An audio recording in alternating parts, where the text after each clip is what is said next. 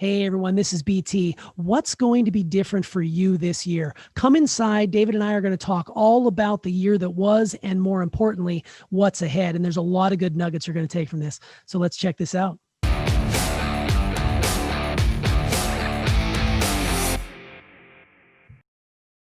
Hey everyone, this is BT and welcome to Inside the Episode. Today, David and I are going inside episode 320. What's going to be different this year?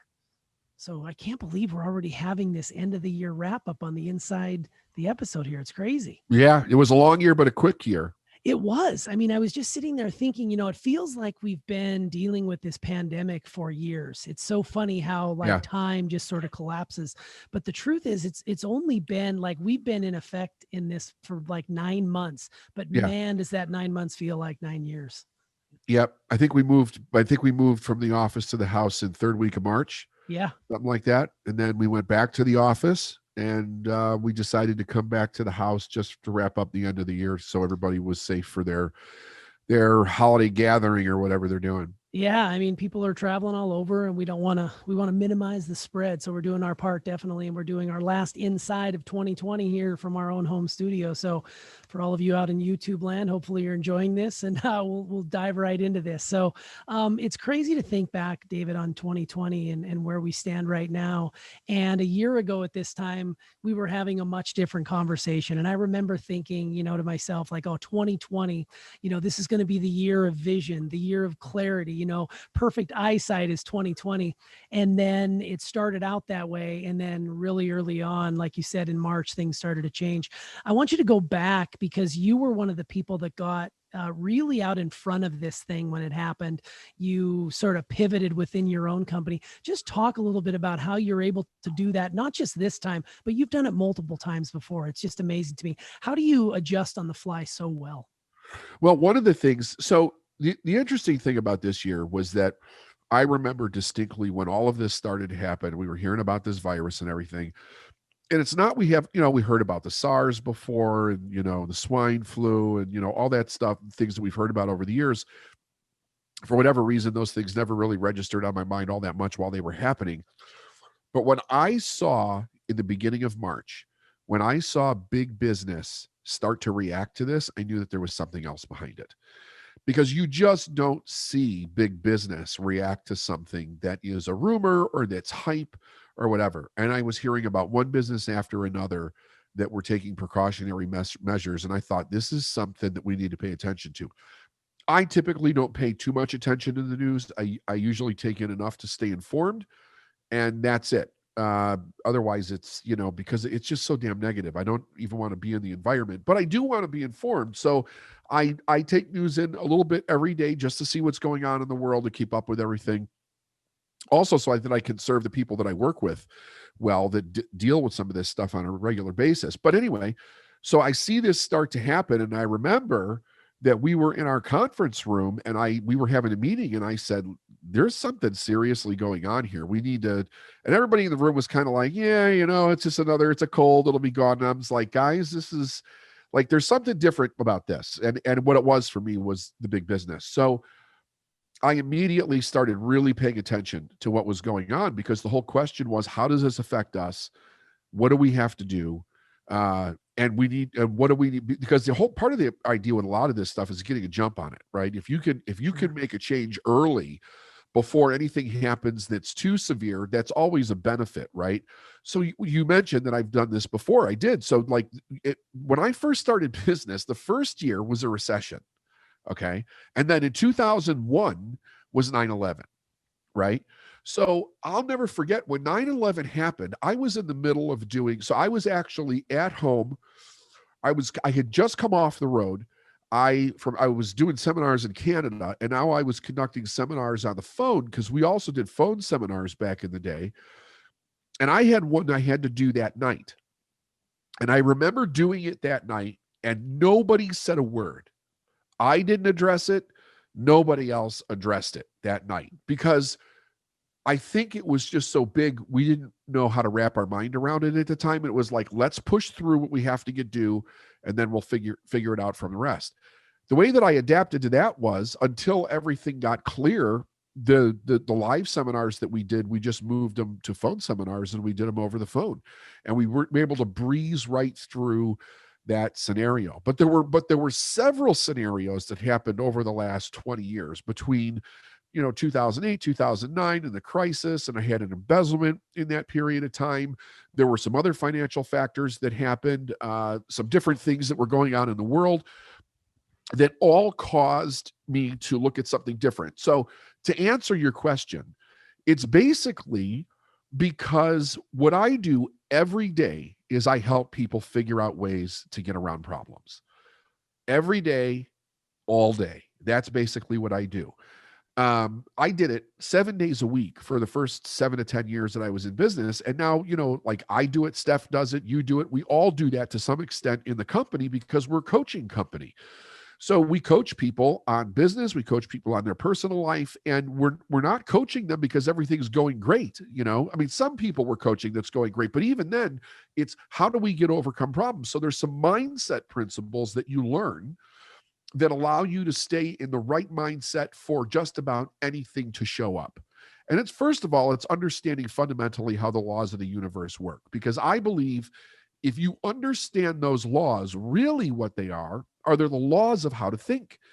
It's actually like a very short owner's manual in how to use your brain, because it tells you what to focus on, how to use your brain to focus, but it also tells you why. Like, what is the reason that you're focused in this direction? So it's not like magical thinking or positive thinking or whatever, but it's a strategic way to think so that you can get to the answers. And that's one of the strategies right there, that there is nothing that happens that's absolute. Everything has an answer. Every problem has an answer. Every situation has an opposite side. Everything that happens has a polar opposite to it. And what we suffer from as human beings is that we get emotionally involved in an idea. It controls our perception. That perception then becomes our reality. The reality becomes the entire territory in which we end up making decisions from, and it's only part of the story. If it's the wrong part of the story, we're screwed because we're dealing with something in not being completely informed of what we're doing. And generally, at that point, a person's making decisions out of fear.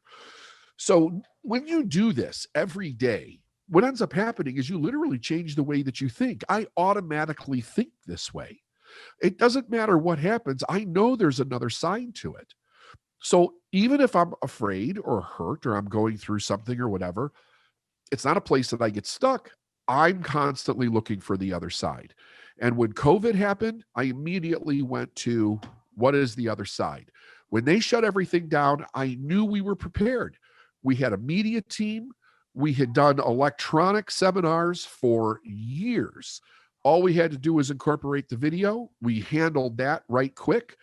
And then I also looked at how do we provide service for so many people that are really, really struggling right now, like struggling tremendously.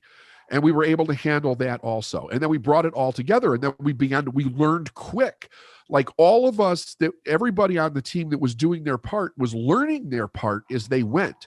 And we're all finding out new pieces of information to bring together in the meetings, to make decisions, to move forward. And that's how we were able to do it. Yeah, there was a lot of late nights early on as we were brainstorming remotely and how to do this. And it was so genius of you to just really reach out to the people that we know and the people who follow you and say, look, we're going to put together this big program for you. There's no cost. I'm just here to serve and to help you. And we had so many people coming into that. And, it was all around navigating uncertainty, which was a big theme clearly of this particular episode. And it was just masterful how you were able to do that. But like you said, you'd been laying the foundation for, the better part of 2 decades with this. When I first met you, you were doing instant teleseminar, telesummits, you were virtual then. You were also doing live components too, which is a huge part of your business. But with that going away, you've pivoted into more virtual, meetings like this. And I think it's just really cool how the technology was here all along, and you, just like everybody else, has access to it. You just seem to be able to capitalize on it because you were so quick to adopt early on. I think it's T, the real thing about that is just that I've trained myself how to think this way for so long, that it's just second nature to Yeah, think this. it's like your default, it's like your default mode of thinking, where some people will go into, they'll curl up in a ball and they'll play the victim card and they'll blame, blame, blame. You look at it and you approach everything with a solution focus. Like, and I love how you use the law of polarity. Like, if this on one hand is so awful, just on the other side of that is so amazingly great. And I don't want to, I don't mean to sound disrespectful here at all, but 2020 is going to go down in the books with your company and Life Is Now as being one of the best, if not the best year ever, just because of all the work that was done and all the people that we were able to help. That's how I gauge that Yeah, line. yeah. No, you're absolutely right about that. Like I think that we probably did. We helped more people this year than we ever have in any single year of being in business, which is a remarkable thing. And I also think that here's some hard truth about that. Here's some real hard truth about that. One of the reasons we were able to do it was because so many other people couldn't. That's true. Right. So there weren't as many options out there for people to, like, people were all looking for some kind of help. Well, if you didn't have the ability to pivot your business in the moment, you were left behind. We were the first one that I'm aware of that moved to this format. And then other companies started to follow. And it's true, other companies did it bigger. Robbins did it bigger, but he's got a bigger following. He's got a bigger budget than I do. But we did it first. We went to Zoom first. We went to, working with people for free first. We did all of that, instantaneously pivoted that. And then we built on it from there. So there is something to be said for timing. Timing is it's a lot. It's a lot. I was watching other people that were very, very public just prior to this, and all of a sudden they disappeared, right? They disappeared. They were not public for a period of time. And I was thinking to myself, they're struggling. They're really trying to pivot their companies during this. That's why they're not public right now. And sure enough, that's exactly what it was. They're doing fine now. Those companies are all doing fine. But that pivot that we made instantaneously gave us a leg up and allowed us to help a lot more people than if we had waited 5 months. If we had waited 5 months, we would be just a speck on the wall. Yeah. You can't wait in certain situations like that. And I love the fact that, subconsciously behind the scenes, you were putting together this media arm of your company and had it in place almost right around the time when this thing started to go really difficult for most other people. Like you said, they didn't have the ability to go into a full-blown studio with multi-camera shoots and be able to Zoom record for 500 people. Right. And you had the foresight ahead of time to launch this media company of yours, which has really been a godsend, to be able to do what we've been doing. Oh, we could not do what we did today. We couldn't do it without That's them. True. Right. Yeah. We needed these people. And even though that was not the original plan was to build a solid media arm.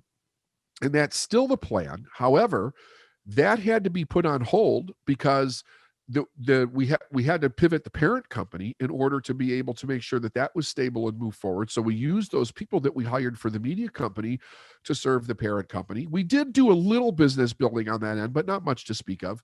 But that's still coming. That's coming in the future, and we're going to continue to move forward, see what we're doing, and that part is most likely will still continue. And even if it didn't, we have a whole new area of the company that is extremely productive and that it's extremely profitable. So it all worked out in the end anyway. Yeah, it sure did. Well, in the episode, you talked about uncertainty and how we as people in business have an ability to deal with it. But you also provided us with some pretty shocking statistics. Like you had mentioned that in a non-pandemic year, by the end of the first year, if you're starting a business, 50% of those are gone. Yeah. So right out of the gate, it's a coin flip. By year 5, 80% of those are gone. And then by the 10-year, by the decade mark, only 4% remain, 96% out of business. What stands out to you the most when you hear and see those numbers in front of you? Well, here's what it is. What it is that a person goes into business, great idea, great intention, may have a great product or service, but they have not cultivated the number one thing that's going to get them through that, and that's their mindset. If I took myself back 30 years and I would started a business 30 years ago, I probably would have failed the first business. No question about it. I didn't have the right mindset. I had not learned how to think through this many problems and challenges to be able to continue to move forward. And now we're in 21 years of business. We've never gone backward. We've always moved forward. We've had some level years, but basically we've always moved forward. We've always been profitable to some degree. And the idea is that it comes from, and I have watched companies, I have watched people, I have studied them on both sides, so to speak. The people that make it, they really know how to think. They know how to get resourceful. They know how to turn lemons into lemonade, so to speak. You got to turn a lot of fucking lemons into lemonade when you're in business. It's never going to go the way that you think that it goes. There's always going to be something that's happening, and you got to be able to flip it and not get stuck wallowing in your own self-pity around it. And the people that I have seen really go under, it's almost like there's a magical thinking going on. I think they want a business because they want to romanticize where they believe the business is going to provide for them in their life. So they look at their business like a destination instead of a journey. And if it's a destination, then they're really looking to get something out of it that they're not fulfilled with in their own life. And they're not looking at the journey of building the business as the destination, where they're being fulfilled by how they're serving, actually. So when you're doing that, I think you're taking much more of an artist's approach to a business. You're, instead of everything being so stringent, and I have to get this and I have to do that, you're more like water, like Bruce Lee said. You can flow, you can move, you can pivot. You don't get stuck behind a rock.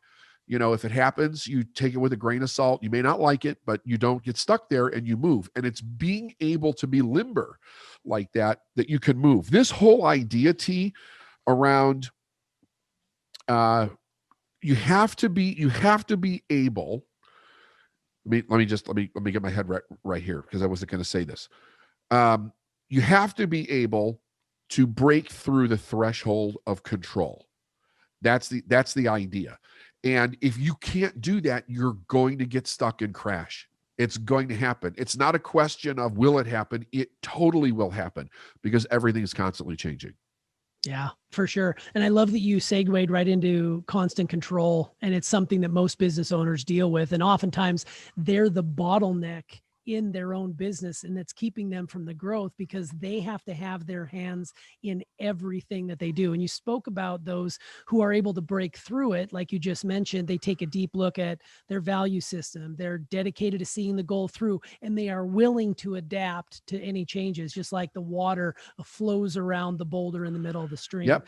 So how have those things become ingrained in you as your business has grown over these decades of work? How have those things I just mentioned become just as natural as breathing for you?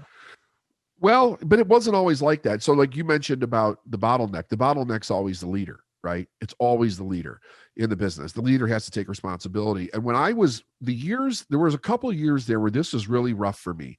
And it started where probably for 7-8 years, no, probably 6 or 7 years, I was the primary salesperson in the business. And because of different challenges, I hadn't changed that part of the business yet. And I was still the primary salesperson. So I knew how much I could sell every year. And I could do a couple of million pretty much with my eyes closed. But then I realized I'm not moving forward. I can't move forward until I give this piece up. And I can't move forward until I start hiring people that know more than me in different areas of this business. So that's when I started to relinquish that control and get out of the fear of it, because my fear was, man, if I don't have somebody as good at sales as me, this whole thing's going to come crashing down as fast as I built it. And that's a fear that you have to look at intelligently, but you can't let it stop you. So I started hiring salespeople, and then eventually I got to the point where I was not doing any of the selling anymore at all, or I wasn't doing anything anymore other than the things that I'm supposed to be doing in the business. But it came from repetition. It came from repetition, practicing the mindset every single day, understanding when it gets away from me to get myself back on track, understanding when I make mistakes, not to beat myself up, but figure out how do I get myself back on track. If I'm struggling with something, keep going at it until I break through and figure out how do I actually break through this instead of just stopping like most people do. So it's consistent move forward. Sometimes I do it quick, sometimes I do it slower, but I think I get better at it every year. Well, and yeah, and I think you just said it too, is consistent. You got to do it consistently. I think this, and I'll speak to this industry that we're in particular, it's riddled with people who, let's say they left corporate to come in to become a coach. That seemed like the next Yeah. logical thing they were going to help. But then when they get there, they realized people don't come to you. You've got to go to the people. So when you're in a corporate environment, it seems like your bosses are telling you what to do, or you're leading a team and telling them what to do. When you become a coach yourself, you have to go out and hit the pavement. You got to pick up the phone. You got to make sales every single day. And you've said it multiple times. If you're not making a sale every day, you're basically running yourself out of business. Yeah. But this industry is just riddled with people who think it's going to be easy. And then they get here, the bright, shiny object, and, takes them all these different directions, except in the place where they have to. And that's in sales, because if you don't make sales, you don't have a business. Right. So I think it's just really interesting to see, how this all works in the grand scheme of things, and how that's where that fear probably comes in a lot too. When, that money dries up relatively quickly and you're not making sales and you're afraid to pick up the phone to ask someone to join your program, you are basically in just a world of hurt. And, people might say out there, they're like, well, it's easy for David, David can do this because he's David Nagel. The truth is you weren't always, you were always David Nagel, but you weren't the person we see before us today. Right. So, it took a lot of years, and you could go back in the podcast and listen to, your 7 years of study about how, you laid the foundation early on to get to that place. And I just think it's amazing because people, they have to put in the work, but at the end of the day, they also have to have that right mindset to move themselves forward. Yeah, you have, and you have to be dedicated to it. And not only so, there's a level of dedication for my own business and my own team, but then every day I'm working with other people in their teams and I'm helping them break through different challenges in their business. So I'm learning it, I'm teaching it, I'm relearning it, I'm reteaching it, I'm immersed in it constantly. I study it relentlessly. Like when I'm not working, most of the time is study. It's making myself better as a person so I can be better at what I do. I will never get better at what I do in any area of my life if I don't study and find ways to help me break through to the next level of my best. Yeah. And the water analogy, I'm going to go back to that again. You are not stagnant. Like you're constantly moving. You're constantly in flow. You've earned the right in the industry to this point to just be able to, just kind of go through the motions if you wanted to. That's just not in your being. Yeah. And it's amazing to see how that every single day you show up with a new idea or a new direction you want to take, and you still have the overall vision, the theme Yep. that you want to go, but you have these other avenues to get there. So it's not always just a straight line. And I think that's what's amazing about it. It's so cool to witness. Yeah. Yeah. And it's constantly also looking like, cause I'm constantly studying, how do I play a bigger game? Yeah. Otherwise I keep playing the same game, and the same game gets boring for me. I can coach with my eyes closed. I can do a seminar with my eyes closed. I can speak in front of thousands of people with my eyes closed. That's not a challenge anymore. But how do I take them to the next level? How do I take myself to the next level? Those are the things that I'm consistently working on for my own life and business. Well, and it takes courage to do that too. It takes courage to deviate away from what's working. It made me think of, speaking of good quarantine, television watching, The Last Dance, right? Michael Jordan had basketball figured out. So what did he do? He decided to go to the minor leagues and ride a bus for a summer to try and break into the major leagues as a baseball player, right? He wanted that constant challenge. Now there will be people that mock him for that, but the reality is he wanted to be the best at whatever he did in basketball. He got that. Now let's move on to phase 2. He didn't quite make it there with baseball, but he proved to himself that he could do it, and he tried it. And I think that's amazing. And you do that all the time, which is so super cool. And if you listen to the people that were there, they'll tell you that there's no question in their mind. Had he stayed doing what he was doing, he would have made it to the major leagues. That's true. He would have made it because he made tremendous progress. Yeah. But he just and the other thing is the people that criticize him, what the fuck have they ever done in their life? Exactly. It's so easy to cast those stones, right? It's so easy to be an armchair quarterback when you don't get out of the fucking chair except eat a bucket of chicken and fucking criticize everybody else. That's so true. It's You so know, very and we true. come from the Midwest, which is the capital of the quarter chair, the armchair quarterback. That's exactly right. Yeah. Go Bears. Yeah, go So Bears. there you go. So can we backtrack just a little bit and talk briefly about that resourceful state of mind? I love in the podcast episode how you talked about the mind and body have limitations, and it's so important to be resourceful on the fly. How does a person get there? Yeah, so this is really interesting. The idea here is that our beliefs and our values are really controlling everything that we do. Our beliefs and our values actually have a strategy to them. And we're either moving toward what we want and away from what we don't want, or we're moving toward what we don't want and away from what we do want. Our beliefs and values determine which one of those scenarios we're actually running in our mind. Now, if I want to move quickly, I have to be able to get through my limitations quickly, right? And here's where we see the big problem with people. And Brandon, you see this every day when we work with individuals. They get so stuck in, I just don't know how to pick up the phone. I know I have this goal. I know I'm supposed to be doing this, but then I get sidetracked over here. The longer they stay in that place, the greater their chances of death to their business is going to happen, because they cannot get themselves to follow through. So whenever we're going to do something, the first thing that we have to look at is, what is my limit? What limitation in myself am I up against, and how do I move through that quick? Because if I can't, I don't grow. And if I don't grow, I actually grow in the other direction. It's not that I stay stagnant, it's that the limitation grows. And if that limitation gets too big, it will become my reality. My reality will become the whole terrain of what I'm doing, and I will completely stop. Yeah, so you actually grow back almost. Because the limitation You do. becomes so massive. I'm just full of analogies on this one. It's so funny, but I'm thinking about, standing on the edge of a cliff to dive into the water that's 20 feet below. The longer you stay on that ledge without taking that leap, the less likely you are to do it in the first That's place. right. So you get up there and your rational mind is telling you, back away, I can't do this. But if you want to take a leap of faith, you take the jump. And then when you get down there, you realize what an adrenaline rush that was. So yeah, the limitation will grow. And it's so easy to say, oh, I'll do it next time. But the next time it's going to be even more difficult because of the fact that you said no to yourself the first time. Next So time never grows. comes. Yeah. For most people, it never comes. I have worked on training my mind, and I'm continuing to do so, especially in areas where I'm weak. That if I say I'm going to do it, I immediately do it. I don't wait to get comfortable with the idea. I don't wait to make sure everything's perfect. It's go time. Here's the idea. I know if something came into my life for a reason, and I know if it's just like, oh, this is a neat idea, let's see what this turns out to be. As soon as I'm certain, it's go. That's it. We're doing it. We're moving forward. Because if I don't, then every reason not to will show up. Yeah, it's true. Every reason not to will show up, right?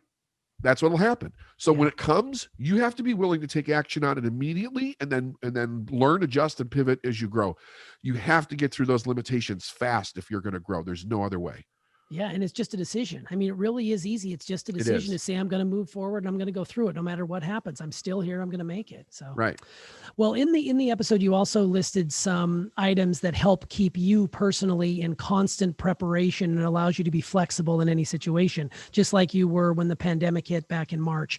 You mentioned always be in gratitude, which is a huge one for you that you've passed along to the company as one of our core values. Understanding the law of polarity, which we talked about. The answer is already here. Accept that things can and will change. They don't always stay static and stationary. So you got to accept that. Look for the opportunity in whatever the situation is. Keep focus on where you're going and push through when you're afraid. So how do you hold on to those when the fear really grips you and you're almost paralyzed to the point where you can't even speak or think about your next move? That's where your beliefs and values come in. So when you do that, you're valuing fear. You're valuing safety. You're valuing not changing. You have to literally change those values and write them down. And then you have to follow the new set of values that you change and integrate it into your behavior. Yeah, perfect. Immediate intelligent action, right? Whatever you want your life to become, it has to be written down in a set of beliefs and values, and you have to take action on it every day. If you just go off the beliefs and values that were given to us when we were kids, we would be exact replicas of our parents. Yeah. Yeah, it's true. I Yep. think that would be a great like activity as we wind down. It basically we're turning the page here in a few days. 2021's right around the corner. That might be a good time to get quiet in your mind and write down, what your core mission, I don't want to say mission statement, what your core values are and what your mission is moving forward in the next year, the next 5, the next 10 years, and really get clear on what that is so that you can take your business and your personal life to the next level. Yep. Absolutely. No I question love it. about it. I love it. Well, as we wind down this year, it's been another amazing year with the Successful Mind podcast. We're going to invite people to join your Transformation 2021 Facebook group. There's already hundreds and hundreds of people in there. It's a solid community filled with many like-minded individuals like yourselves who are committing to making the next year an incredible one on so many fronts. I'll put a link in the show notes below so people can check that out. Transformation 2021. It's crazy that I'm saying 2021 out loud. I can't believe it's already here. But as we go off into the new year and we bid adieu to 2020, is there anything you want to leave us with as we get ready to turn the page on a brand new year? Yeah, I think a person needs to really sit down and ask themselves, what are the limitations that I've discovered about myself this year? And how can I prepare myself to break through them quickly for 2021? I guarantee you it will make all the difference in your success over the next 12 months. Yeah, love it. Stick it through. Well, this has been amazing. Thanks for coming inside, David. You bet. Happy New Year. Happy New Year. Hey, everyone. Well, that's a wrap on 2020 here at the Successful Mind podcast. Thank you so much. We love all our listeners. We couldn't do this without you. And we'd appreciate it if you would share this with someone who may need a jumpstart in the year ahead, 2021. It's hard to believe it's already here. Also, we'd encourage you to go over to the Transformation 2021 Facebook group that David has put together. It's an incredible place where people, like-minded people like yourself, can really get some inspiration and see your goals through, not just for the first week, but all the year through. So on behalf of David and I, thank you so much here at the Successful Mind podcast. We can't wait to show you what's in store. We'll see you next time. Happy New Year.